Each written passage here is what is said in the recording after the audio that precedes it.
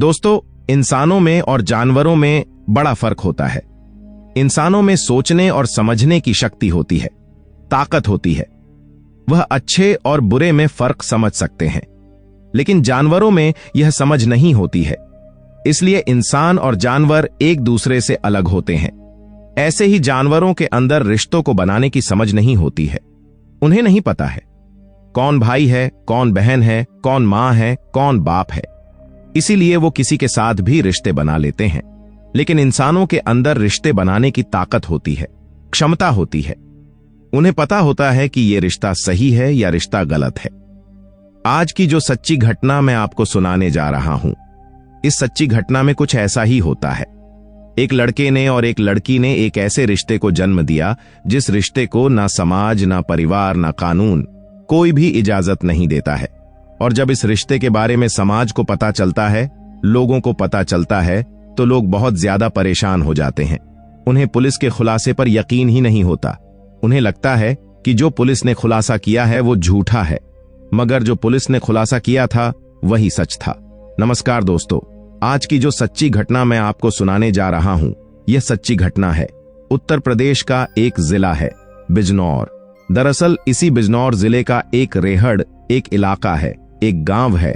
यहां की रहने वाली एक लड़की 21 दिसंबर 2017 को अचानक घर से गायब हो जाती है। उसके घर वालों ने उससे हर जगह तलाश करने की कोशिश की, लेकिन वो कहीं नहीं मिलती है। उस लड़की के परिवार वाले अपनी बेटी को लेकर इतना ज्यादा परेशान होते हैं कि वो पुलिस के पास भी जाते हैं और गांव के बड़ी संख्या में लोग उसको तलाश कर रहे थे, लेकिन वो नहीं मिलती। लगभग 24 घंटे बीतने के बाद पुलिस का घर वालों के पास फोन पहुंचता है कि तुम्हारी बेटी जिम नेशनल कॉर्बेट पार्क है, उसके सीमा से बिल्कुल लगी हुई उसकी लाश पड़ी हुई है।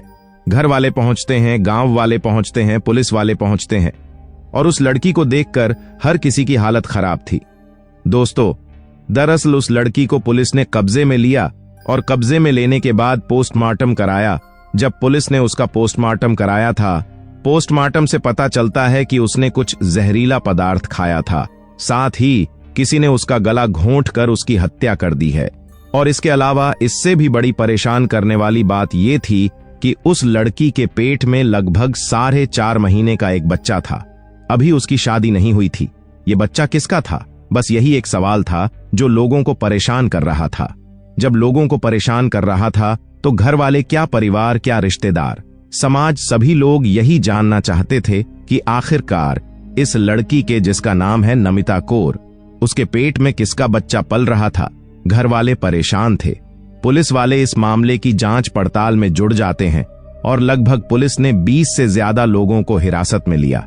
उनसे पूछताछ की। सभी लोगों से जब पूछताछ कर रहे हैं तो कोई ऐसा सबूत नहीं मिलता है जिसके आधार पर यह कह सके कि इन्होंने इसको जहर दिया है और जहर देने के बाद इसका गला घोंट कर इसकी हत्या कर दी है।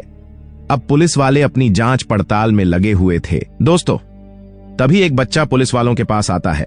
आकर कहता है कि अंकल, आप जिसको तलाश कर रहे हैं इनमें नहीं है, बल्कि कोई और है। पुलिस वाले उस बच्चे की बात को शुरू में गंभीरता से नहीं ले रहे थे, लेकिन उस बच्चे ने जब जो बताया वो वाकई परेशान करने वाला था, चुकाने वाला था। बच्चा बताता है कि इसी घर का, इसी फैमिली का एक लड़का है जो BCom फाइनल ईयर का स्टूडेंट है। कमलजीत सिंह उसका नाम है, जो कि एक स्टूडेंट भी है। और उसने, उस बच्चे ने, जिसकी उम्र ज्यादा नहीं थी, 8-9 साल के आसपास था, उस बच्चे ने इस नमिता कौर को एक दूसरे के साथ आपत्तिजनक स्थिति में देख लिया था, एक दूसरे के साथ संबंध बनाते हुए देख लिया था। इस रिश्ते के बारे में सिर्फ वो बच्चा जानता था और कोई भी नहीं जानता था। पुलिस वाले इस लड़के को, कमलजीत को, अपने पूछताछ के लिए बुलाते हैं, क्योंकि ये लड़का कोई और नहीं था बल्कि भतीजा है। दोनों बुआ और भतीजे हैं और बुआ भतीजे के साथ ऐसा रिश्ता है। ये परेशान करने वाली बात थी। पुलिस वालों ने घर वालों से, परिवार वालों से, गांव वालों से डरते डराते तो उस लड़के से पूछताछ के लिए अपने हिरासत लिया। और जब यह हिरासत में लिया गया था तो इस बात को लेकर गांव वाले शोर मचाने लगते हैं, हंगामा करने लगते हैं, कहते हैं कि यह सब गलत है। पुलिस एक घर परिवार के लोगों पर इस तरह से शक करेगी तो कैसे चलेगा काम, क्योंकि वो जो लड़की है वो गर्भवती होती है। 4.5 महीने की कमलजीत से सख्ती से पूछा जाता है, उससे बातचीत की जाती है तो बताता है कि साहब गांव की एक लड़की से उसे मोहब्बत थी और वो उस लड़की के साथ अपनी बुआ से बार बार बातें करता था। कहता था कि मुझे ये लड़की अच्छी लगती है, मैं इसके साथ जाना चाहता हूं, इसके साथ मिलना चाहता हूं, बुआ मेरी मदद कर दो। वो बुआ से बातचीत करता था उस लड़की के मदद के लिए, लेकिन ना जाने कब बुआ को ही दिल दे बैठा और बुआ उसको खुद प्यार कर बैठी। दोनों बुआ और भतीजे एक दूसरे से न केवल प्यार कर बैठे बल्कि एक दूसरे के साथ शारीरिक संबंध भी बनाने लगे, क्योंकि घर में कोई रोक टोक नहीं थी। घर में इस रिश्ते उनके साथ बैठने से किसी को क्या एतराज होगा, और जब मन करता था तब मिलते थे, बातचीत करते थे। इसीलिए किसी ने उनके इस रिश्ते पर कभी शक ही नहीं किया और कई महीनों से लगातार एक दूसरे के साथ ऐसे ही शारीरिक संबंध बनाते बनाते वो महिला, वो लड़की कब प्रेग्नेंट हो जाती है पता ही नहीं चलता है। और जब उस लड़की को खुद पता चलता है कि वो लगभग 4 या 4.5 महीने की प्रेग्नेंट हो चुकी है, तब वो अपने भतीजे से कहती है कि मैं तुमसे शादी करना चाहती हूं। तब वो लड़का कहता है कि हम लोग शादी करेंगे तो समाज इस बात की इजाजत नहीं देगा, परिवार इस बात की परमिशन नहीं देगा, ये सब गलत है, इसलिए इस बच्चे को गिरा देते हैं।